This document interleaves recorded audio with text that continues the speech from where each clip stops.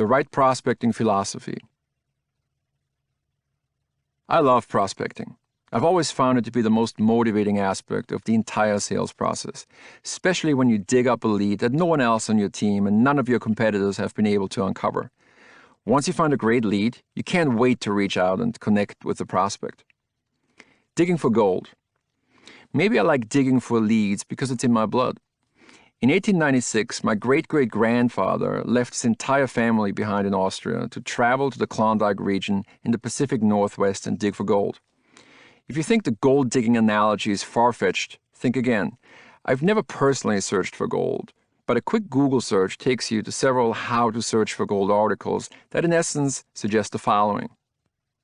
A strategic approach is key. It's critical to narrow your search down to areas that have not only produced gold, but where big gold nuggets weighing more than 1 ounce have been found. There are countless mining districts across the United States and around the world that have produced many thousands of ounces of gold. However, high gold production doesn't necessarily mean large gold nuggets. In fact, it rarely does. The vast majority of these districts produce fine flakes and dust, but only a limited number of larger nuggets.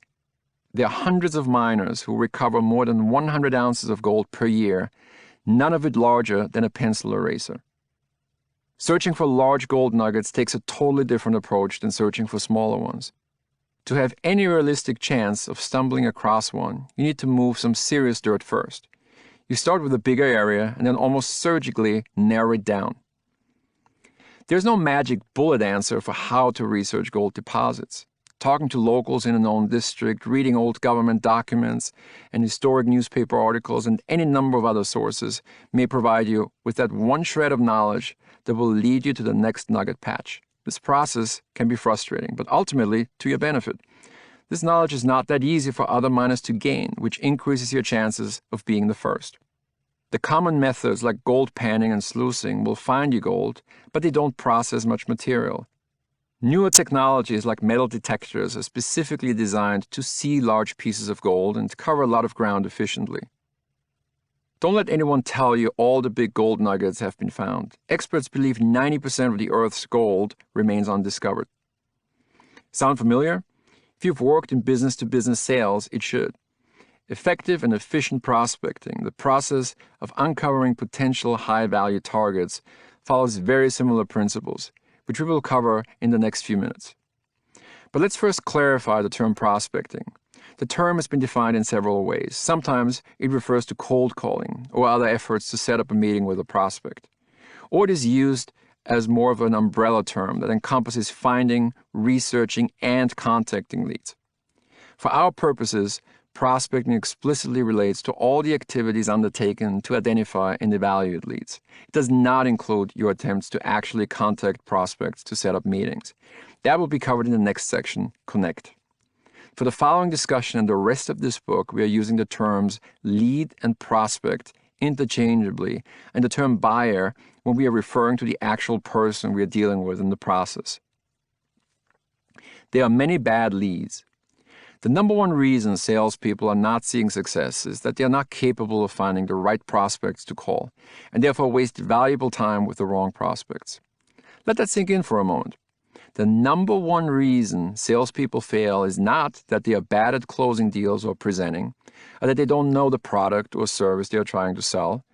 Failing to close deals is tied to something that happens much earlier in the sales process, during the step that unexperienced salespeople consider the easy part of it all. Prospecting. How hard can it be? All you have to do is look around and make a list of companies to call on. The longer the list, the better, correct? Every lead is a good lead. You never know where your next sale is coming from. You can't have too many leads. I'm changing up my prospects all the time. I hear these statements all the time in coaching sessions or during interviews with potential sales candidates. They're just not true. Walk me through your prospecting approach has actually become one of my favorite interview questions for sales recruits. The response tells you a lot about how someone approaches this very important part of the sales chain. Is prospecting seen as a highly strategic activity that needs to be as structured and planned as possible? Or is the person just writing down names of companies by hand in a notebook? Even the most gifted salespeople will not produce good results if they are calling on the wrong accounts. Strategic prospecting means effective and efficient prospecting. It is about consciously choosing the prospects in which to invest your time, your most precious asset, and which ones to avoid. Jordan Belfort, the Wolf of Wall Street, tells the story about a cocky young salesman in his brokerage firm who, in a role-play training situation, is asked to sell a pen to Jordan. The salesperson starts with typical sales talk and runs through features and benefits. Lets Jordan try out the pen, even offers a massive discount if he would buy it right now. Jordan shuts him down quickly. No sale. Far from it. One of the senior guys of his firm comes in and Belfort decides to ask the same thing of him. I want you to sell me this pen. Show the kid how it's done. Fine, I'll sell it to you. So Jordan, tell me, how long have you been in the market for a pen? I'm not actually. I never use pens. Really? Well, then you can have your lousy pen back, replies the sales pro, tossing the pen back onto Jordan's desk. Then he looks at the young salesman. I don't sell things to people who don't need them. I leave that to novices like you. During the prospecting phase, it's usually not possible to ascertain with 100% certainty if a lead is a perfect fit for what you're offering. But using the right prospecting philosophy, strategy, and tactics will maximize your chances. Existing clients are great prospects. The best prospects for new business generation are your present customers. While growing existing accounts and upselling new products or services to existing clients are not the primary focus of this book, the closing ratio will be much higher with an existing client than with a prospect with whom you've never done business. How can it not be? You already have an existing personal relationship with the client, which means you can be sure the client will be taking your call. You know the client's challenges, goals, and key performance indicators, KPIs, and hopefully you have established at least some level of mutual trust and confidence.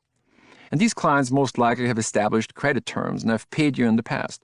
In fact, many of the new leads effective salespeople are looking for during the prospecting phase are modeled after their existing successful clients. Of post-it notes and imaginary lead lists. When struggling salespeople seek me out for sales advice, I first ask to see their lead list. Actually, I've been trying to impress upon my team's sales managers to make consistent review of their sales force's lead lists their highest priority. You wouldn't believe some of the lead lists I've seen over the years. I don't even necessarily mean the type of leads on the lists. We will get to those. I'm talking about the lists themselves. I've seen them as 15 yellow post-its, perfectly aligned on a desk next to the keyboard. I've seen them in handwritten notebooks, with words crossed out and written over, on separate pages, some even half ripped out, with names of prospects underlined 3 times or circled twice. I've seen them on whiteboards, color-coded with 14 different markers. I've seen them in the form of multi-page printouts from certain databases or directories. And sometimes I did not see them at all, because the salesperson had them all in my head, no need for me to write them down. In an age of customer relationship management systems like Salesforce, this, of course, all seems very arbitrary and even amateurish. We will cover more of this in Chapter 4, but suffice it to say that none of the aforementioned approaches can be described as strategic, effective, or efficient. Segmenting, limiting, and prioritizing lead lists. Peter F. Drucker, considered by many to be the father of management thinking, wrote in his classic The Effective Executive, "If there is any one secret of effectiveness, it is concentration. Effective executives do first things first, and they do one thing at a time." Applied to sales purposes in general and prospecting in particular, concentration means that instead of spinning our wheels with the wrong prospects and too many of them, lead lists should be segmented, limited, prioritized. Making sure your lead list is segmented forces you to become an expert in a certain territory, for example, Long Island, a certain vertical, industry, or category, for example, automotive, or a certain type of business, for example, startups. There are many advantages to this approach. It will certainly make your prospecting efforts more focused as you quickly notice certain patterns for each segment. For example, what type of media automotive dealerships on Long Island usually use to advertise, and what's the best way to monitor that. It will also boost your confidence as you learn more about a specific industry. You become familiar with certain technical terms used, for example, number of ups, meaning the number of potential customers coming into a car dealership, and with common challenges that all businesses in the segment are facing. For example, that auto dealerships' margins on new car sales are deteriorating. Over time, you will build a portfolio of case studies that will help you get more assignments. You will also better understand what type of solutions work best for customers in a specific segment. In short, it will be much easier for you to be looked at as a business person instead of a salesperson. Added benefits include better referrals, more introductions, and additional leads, simply because you will be able to get to new information more quickly. Like the scoop that a new car dealership just signed a lease down the street from your existing prospects.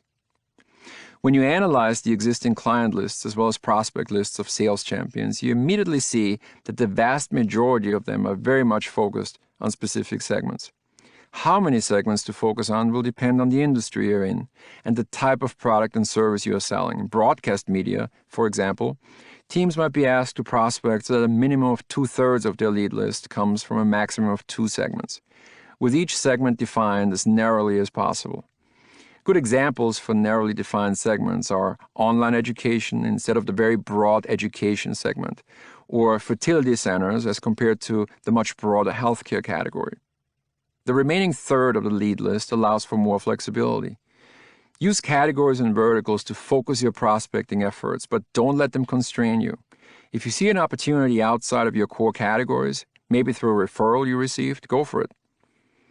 Sales aces also concentrate on a limited number of strategic targets.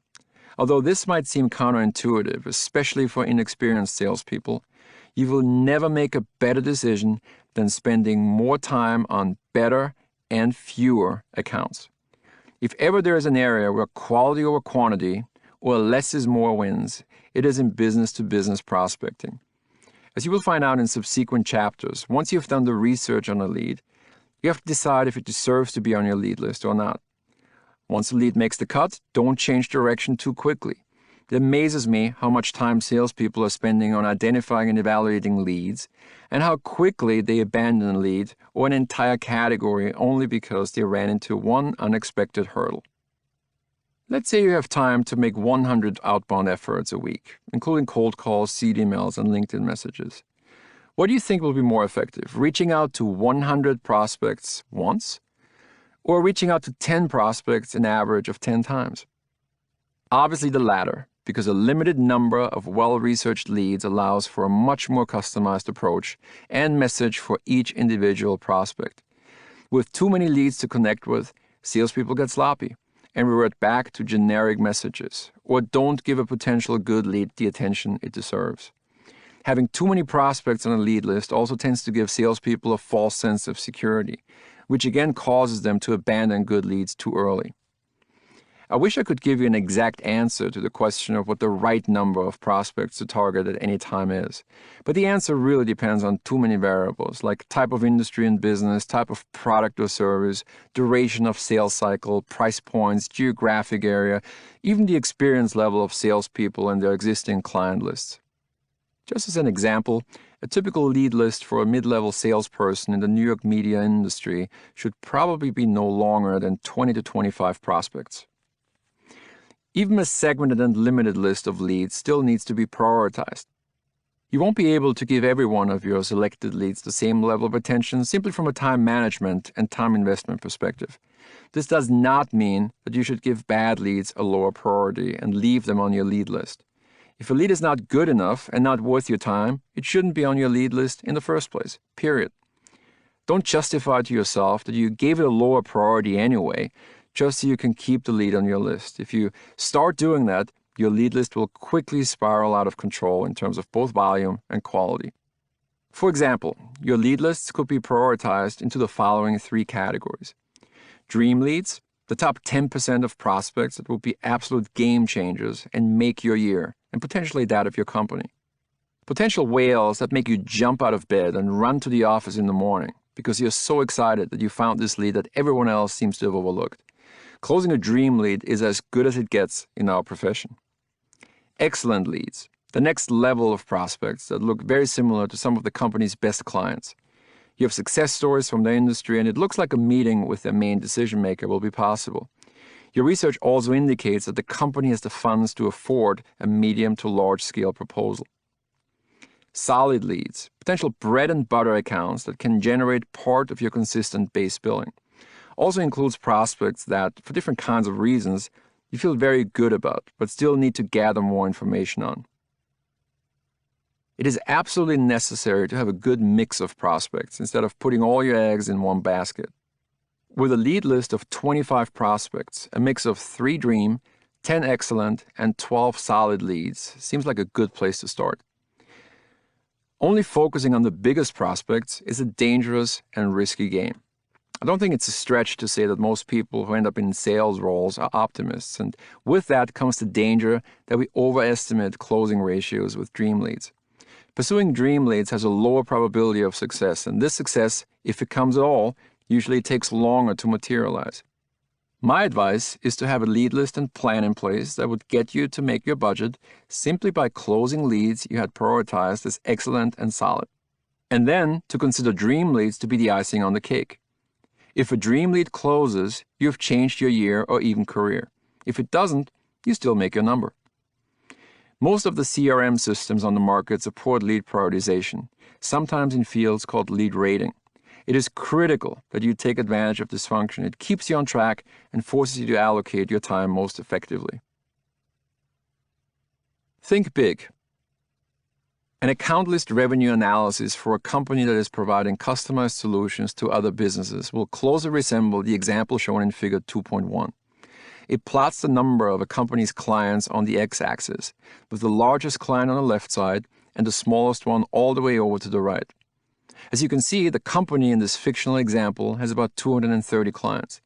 The corresponding annual revenue for each of these clients is plotted out on the y-axis.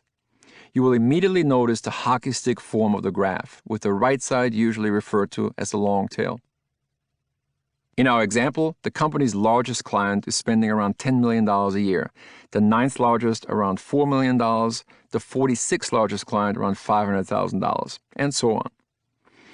An eye-opening exercise for new sellers is to have them guess how far they have to move to the right of the x-axis in order to get to the number of clients that together make up 75% of a company's revenue.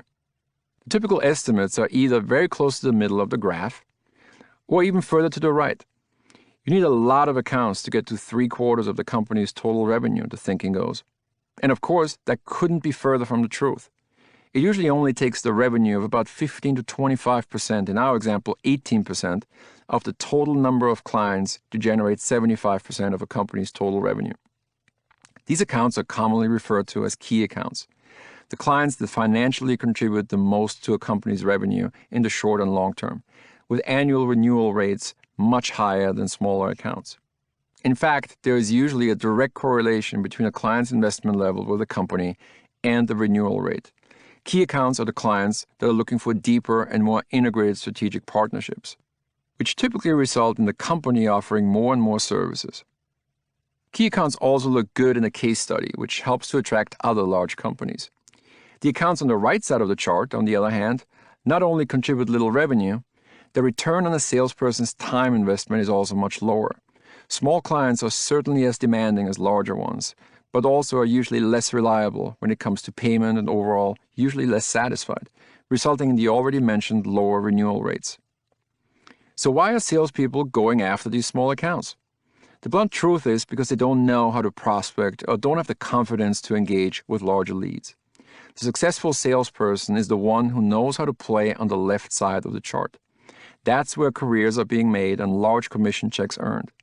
Segmenting, limiting, and prioritizing your prospect list is the best possible start to get you there.